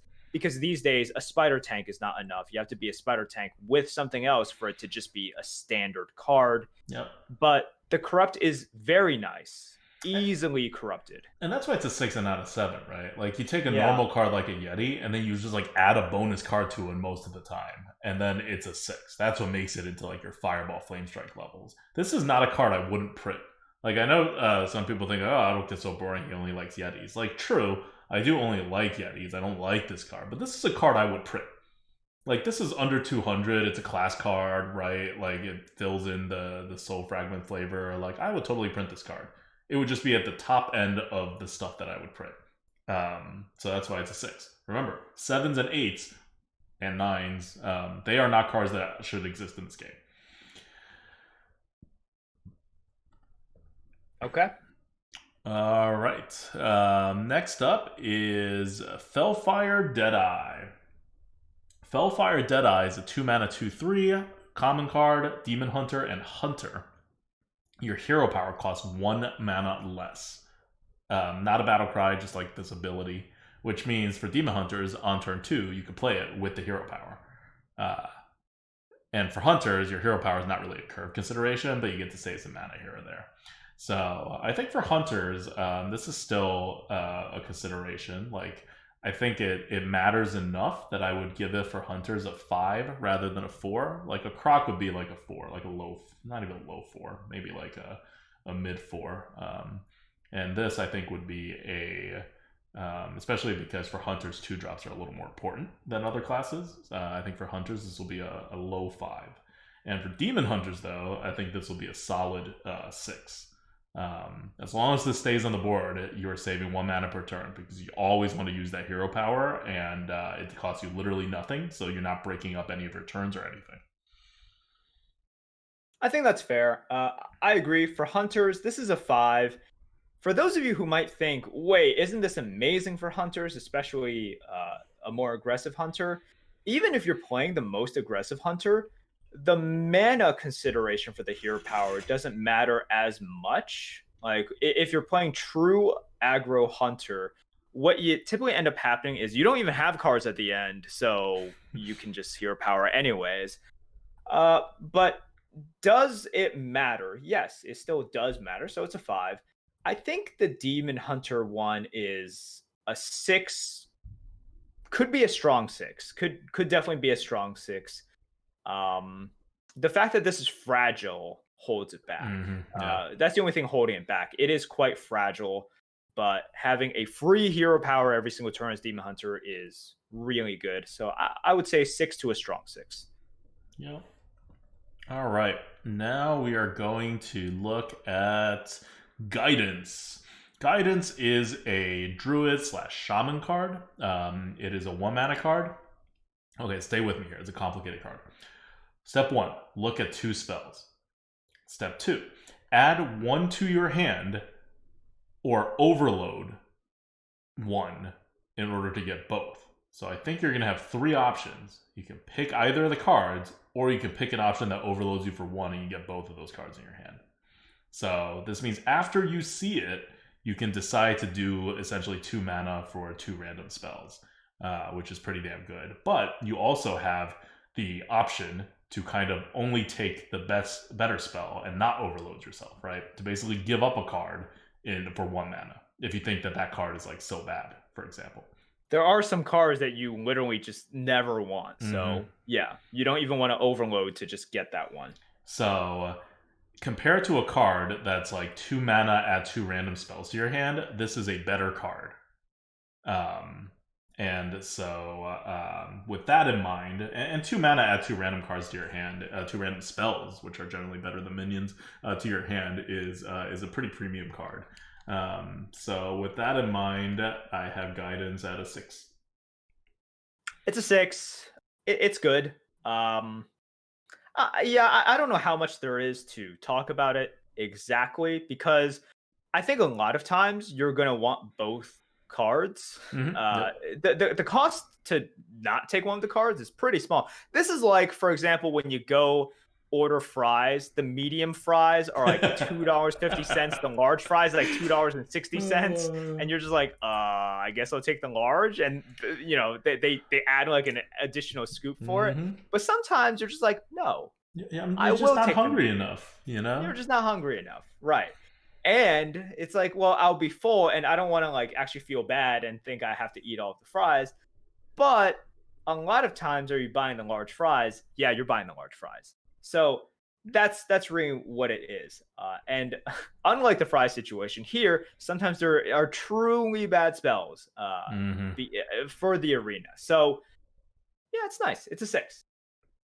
All right, next one is Resizing Pouch, another 1 mana spell from Druid. This one is also a hunter spell, and it is 1 mana. Discover a card with cost equal to your remaining mana crystals. So you can always play this card and use up all your remaining mana. It's discover a card, not a spell, not a class card. So there's a very, very wide pool of stuff you're discovering from. But yeah, it's a pretty interesting card. I give it a 5. Generally, a card, like if you just have a 1 mana card that discovers a card of a non-premium category, it's somewhere between a 4 and a 5, probably closer to a 4. But I think this ability is like a positive, like, because you can control it to try to get what you want, and because late in the game you can make it get something big, which is kind of generally what you want in the arena late in the game. The downside of this ability is earlier on you can't use it, like, because you will end up with like a 2 or 3 or even a 4 mana card, and that's not really what you want to be doing with this card. Like, you can use it, but you'd be a little desperate. But overall, I think it's more positive than negative, so I gave it a 5. Probably like a low 5. 5 is decent. I heard some discussion about this card I've seen in like other channels has been, oh, well, you can use this to kind of fish for that thing that you need for reach. Your chances of getting that are so small, and if you're there's no more class bonus. There's no more class bonus to discovers. So if you're thinking about the good old days from 2 years ago, that's not the case anymore. So if you're using this to try to find that reach at the very end, you have to be in pure desperation mode in order to do that. Like, actually so desperate. It is a small consideration, but most of the time you're just using this to fish for a big card or a playable thing. And that means you're in the solid mid game or the late game. And that's fine, right? Like, that's good. It's much better than like Forbidden Shaping, in which you're getting a random thing because you actually get to pick what to get here. The only problem is you really can't. You're also 1 mana down from Forbidden Shaping, though. Right, but it's better because you can pick, right? Like, there's some like really bad ones. Like, I think on average you are getting like a better thing. Yeah. Like, on average you're getting a better thing because you get to discover. And also sometimes you like get to discover a spell, right? That like you're introducing spells. Forbidden Shaping is only minions. So this is good. But yeah, it's just a 5. Like, you can't tailor as much as you want to tailor it. Yep. All right. Next up, we have a Demon Hunters. Oh, wait, hold on. We already went over that card. We already went over this card. Okay, this is oh, I see what they do. They're doing this. Okay, so I see. All right. Next up is a legendary card, Warden Ivory. Warden Ivory. This is a mage and rogue card. And it is a 5 mana 4/5. Battlecry, discover a dual class spell from any class. So you get to discover a spell. 5 mana, 4/5. Discover a spell. Reminds you of I keep blanking on the name. It's currently Steward of Scrolls. Reminds you of Steward of Scrolls with 1 more health and no spell damage, which is generally preferable. And then on top of that, Spell Burst, get another copy. Pretty good. Yeah. Dual class anything, by the way, is usually pretty good. So the fact that you have a decent body here, you get to discover the spell, and Spell Burst, you're able to, you don't have to play the spell that you just discovered. You can play a cheaper spell, right? You can use this as like a concentrated Onyx Mage Scribe in a way, which makes it pretty freaking good. So I see that you have it at a 7, right? You have it at a 7. I think it's a strong 7, and I won't put it at an 8 just yet. Things are still, it's not at that 8 category yet. It could be really strong, but I think it's just a strong 7. Yeah.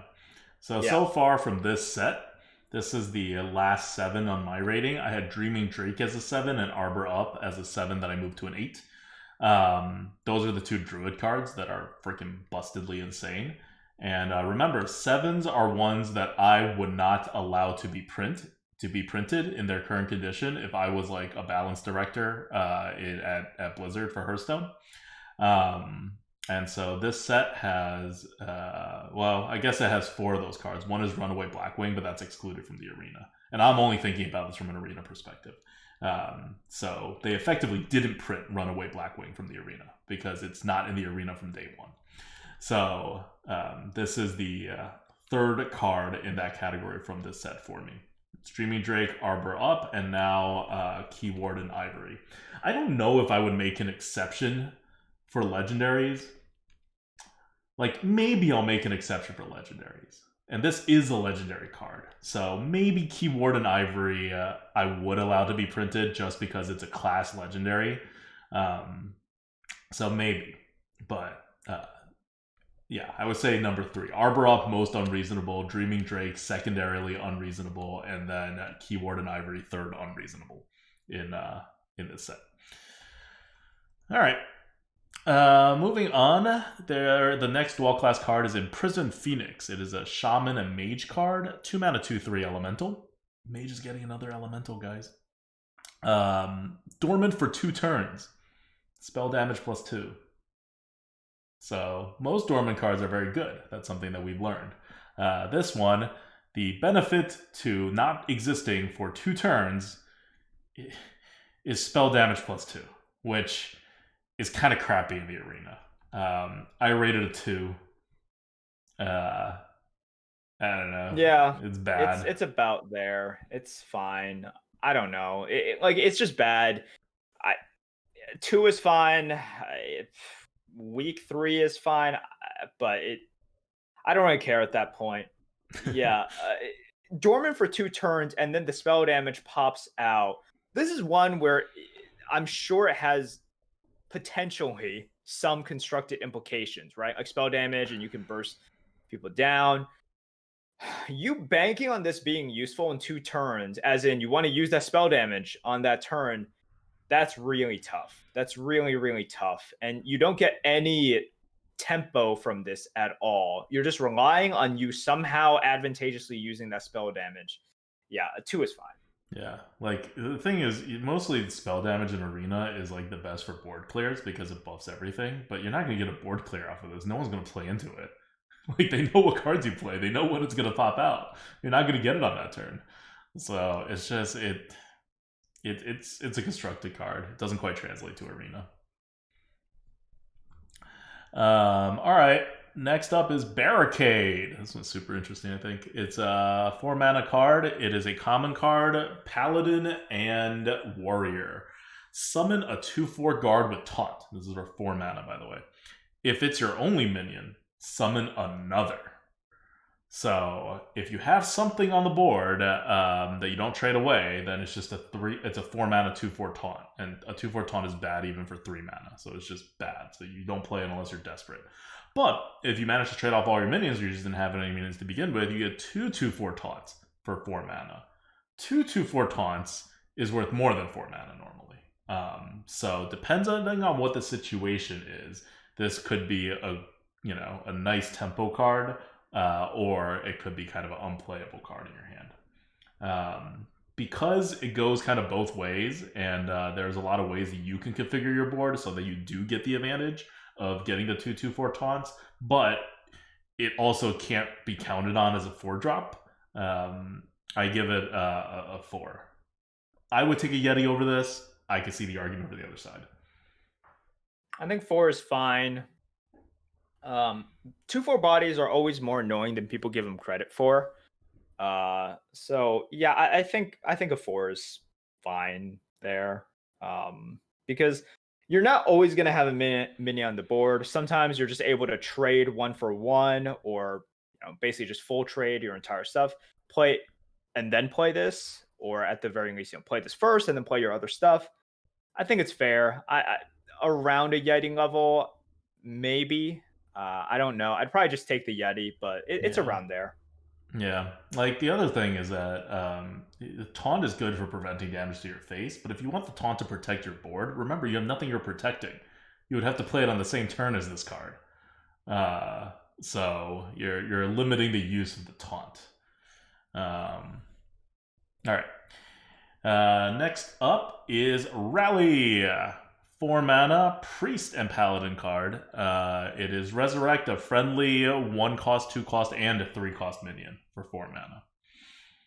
So, ideally, you resurrect your 1-drop, 2-drop, and 3-drop, and then you get a really good turn 4 play. In reality, you probably are not going to have a 1-drop, 2-drop, and 3-drop, so this is not a 4 mana play, and if you do have them, some of them's probably still alive, because you are really ahead on the board if you do that in the arena. So this is generally an unplayable card on turn 4, which means it is a mid to late game 4 mana card that may get you a 1 cost, 2 cost, 3 cost minion. Maybe. And you're not in control of them, and tokens are generally 1 cost or 2 cost or whatever that'll be mixed in there. I give it a 1. I don't see the upside in this for the arena. You're not in control of what you get to bring back. You're going to miss a lot of the times. You don't get to play it until way later on. And yeah, I could see it if it's a 2, but I would probably give it a 1. I'd probably give it a 2. It's definitely bad. We're just debating exactly how bad it is. Yeah. That's basically it. I don't think there's much discussion. It's really just you saying, well, it's not that bad, but it's really bad. You just really shouldn't be drafting this. Not being able to play this on turn 4 lots of times really hurts it. Never being able to play it on turn 4. I don't know about never, but yeah, a lot. You won't be able to play it a lot, and then yeah, it's not good. I'll give it a 2. Okay, you know what? It still does something. I'll give it a 2 as well. I'll give it a low 2. Okay, so after that, are we close to the end? We're close to the end. Hysteria is the next card. It is a Priest and Warlock card. Rare card, spell, 3 mana, choose a minion. It attacks random minions until it dies. So you need at least enough minions for it to kill, or for it to be killed, or else it's not going to actually die. But otherwise, it does remove a minion for 3 mana. But it is random minions, which includes your own minions if you're targeting opponents. It's a weird way to give your own minion initiative also, potentially. But for 3 mana, it just kind of costs a lot. I view it as similar to Bladestorm.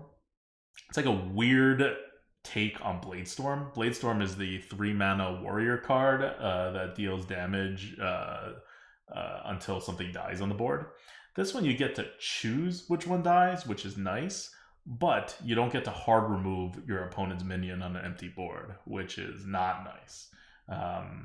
And you can only choose what dies some of the time, meaning there has to be enough other stuff on the board for it to kill itself on. So overall, like, I thought it was worse than a Bladestorm, so I gave it a 4. Bladestorm's a 5. Bladestorm's like a medium 5. So here's the thing. I don't see it as a Bladestorm at all. Like, what this does is you pick the biggest minion, and on an empty board. So, like, priests and warlocks sometimes will find themselves having to play when they have nothing, right? And they're really good at responding, like just picking stuff off. I see this as another pretty good tool for them to use. They are just able to pick the biggest thing on the board, and that thing just attacks all of the little things and wipes them out, right? And takes and it could either take the minion that you chose, like with all of the small things and die, or it just cleans up everything and makes it much easier for you to eventually kill it off. But most of the time, like, I think you're clearing the board a decent amount of times. So I'm surprised that it isn't higher there. Well, you have to not have stuff on the board. Like, it is at best a double-sided clear. Yeah. But this is one of those things where, for example, like, we still rate Twisting Nether high, right? Even though it is a double-sided clear, and it actually is a double-sided clear. This one wouldn't be a double-sided clear if they have like this one also costs 3 mana instead. I'm thinking of all of the times in which I'm kind of able to use it, and how can my opponents play around it? They can't. Like, they literally cannot play around a Hysteria. So just like kind of Mass Hysteria or Hysteria, or kind of like this. And I'm thinking with Mass Hysteria and how much it costs, and Hysteria, yes, it's a smaller version of it, but actually not so much if you're forcing one minion to just keep on bumping around until either it dies or everything else has died and it can't die anymore. So I really like this. I think it's a 6. Oh. Yeah. You can convince me it's a 5, but I don't think I could go for a 6. Yeah, I think it's a 6. I think you're going to get a lot better use out of it than... you think it's Fireball level? Polymorph? Yeah, I do. Hex? Yeah. I think it is just that good. Yeah. Because it does nothing unless your opponent has at least 2 minions on the board, and it kills the smaller minion if your opponent only has 2 minions on the board, and that's assuming you have no minions on the board to begin with. Like, what Mass Hysteria does well is it clears the board when your opponent like has a lot of stuff on it. This clears the board when your opponent has a lot of stuff on it, like some percentage of the time. What would you rate Mass Hysteria?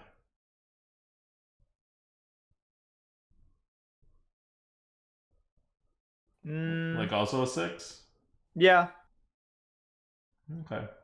Because it like the mana matters, right? The mana matters, and also with Mass Hysteria, like the ability to pick which one you want to bump around also matters, right? Because with Mass Hysteria, it could also mess up because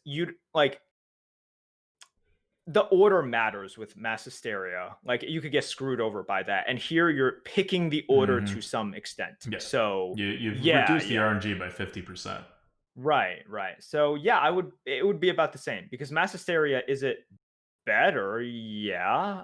But it also costs more, and there's all these considerations. Okay. I'm not fully convinced, just because you need a particular setup of when there's more than like, you have to have 1 large minion, 2 small minions, or 2 minions of equal size, or like, there's a lot of scenarios, but I think overall they add up to, even when you have no minions on the board, they add up to less than half the scenarios. Now it's only 3 mana, but I just think it's quite conditional, depending on what your opponent is doing. Because it basically, if your opponent's really spreading out, this isn't doing enough. If your opponent is not spreading out, this isn't doing anything. So your opponent has to be in that sweet middle spot, and in that sweet middle spot, they have to have a very diverse, stuff that they're playing. Like it feels fairly situational to me. I could see picking it over like a Yeti, because it is a removal and it does have potential, and but I don't know. I would give it a 5. Okay. All right. I think we're at the last one now. Let me see if I want to make sure that we are at the last one. Is there one more, or is that the last one? Yep, this is the last one. The last one is Nitro Boost Poison. It is a 1-mana card, Rogue and Warrior. Give a minion +2 attack for 1 mana, Corrupt, and your weapon. So it becomes a deadly poison on top of +2 attack onto your minion if it gets corrupted. 1 mana +2 attack, pretty bad. You definitely want to corrupt it. Now, it's very easy to corrupt, but it means that as a warrior, you need to pair with a weapon. And then warrior weapons usually already have a bunch of attacks, so this +2 attack actually has to be somewhat meaningful for it to be more, be more than 1 mana +2 attack to a minion.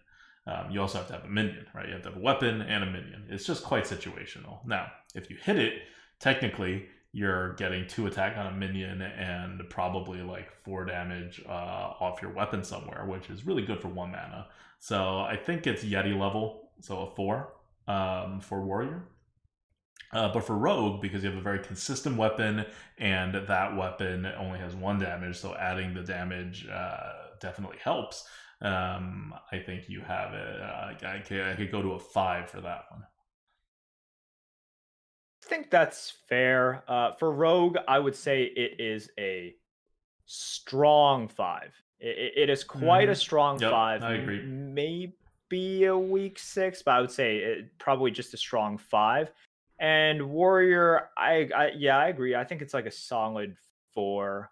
Their weapons are already really good in the first place, so lots of times the extra damage isn't exactly needed.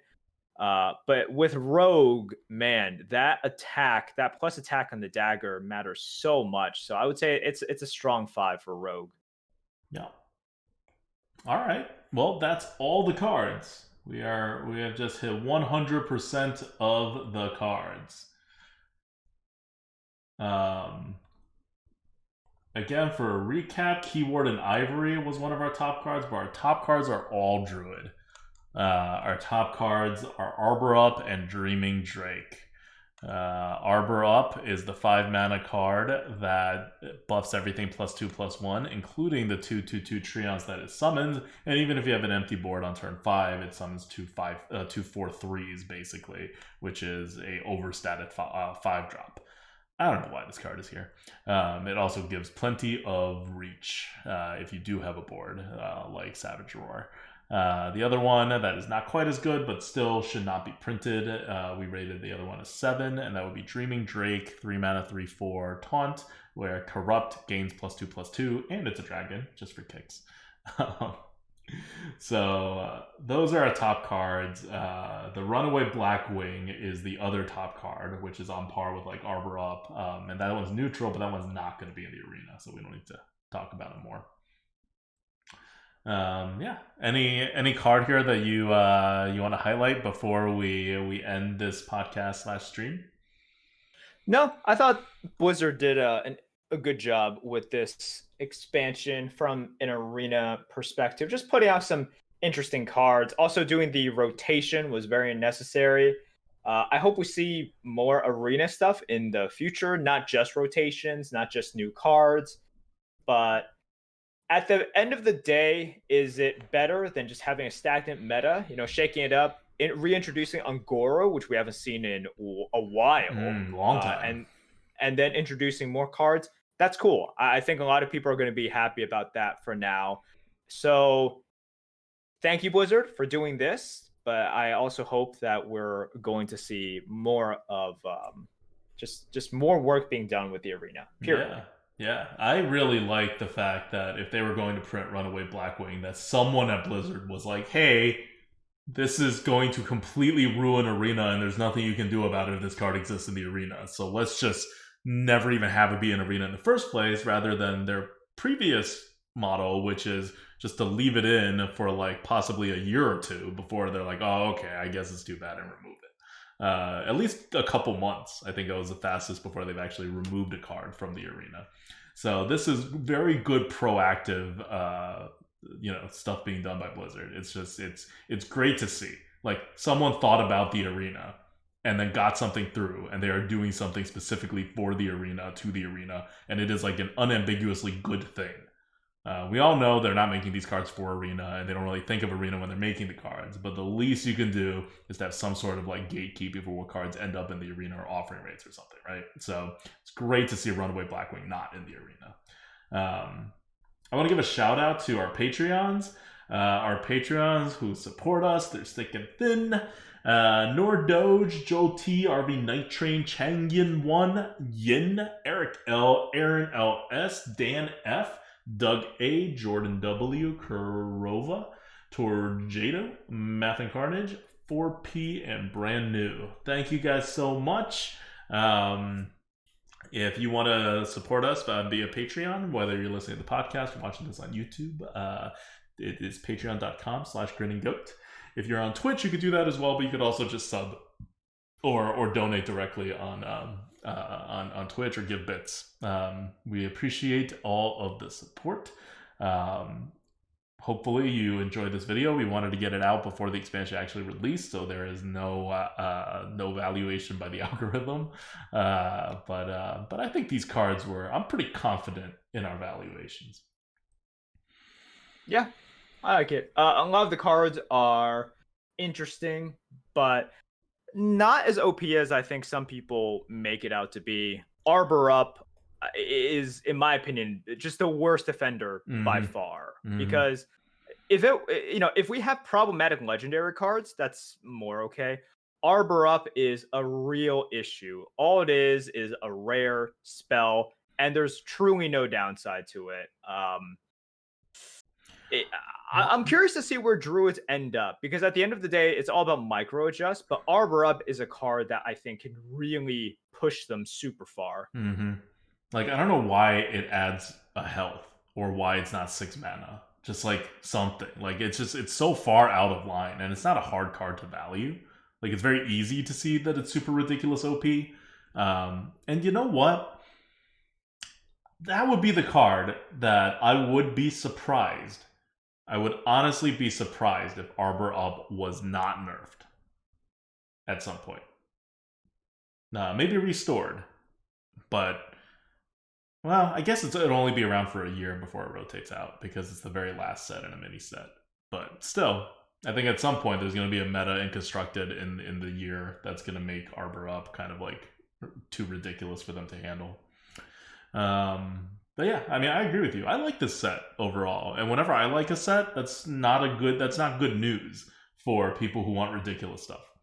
The ridiculous stuff here are mostly legendaries plus Druid. The rest of the stuff we rated as 6 or below, and 6 is Fireball. It's Flame Strike. It's stuff that we've seen even in Classic and Basic. There is nothing special about 6s. They are just your best cards that you're going to see a lot, right?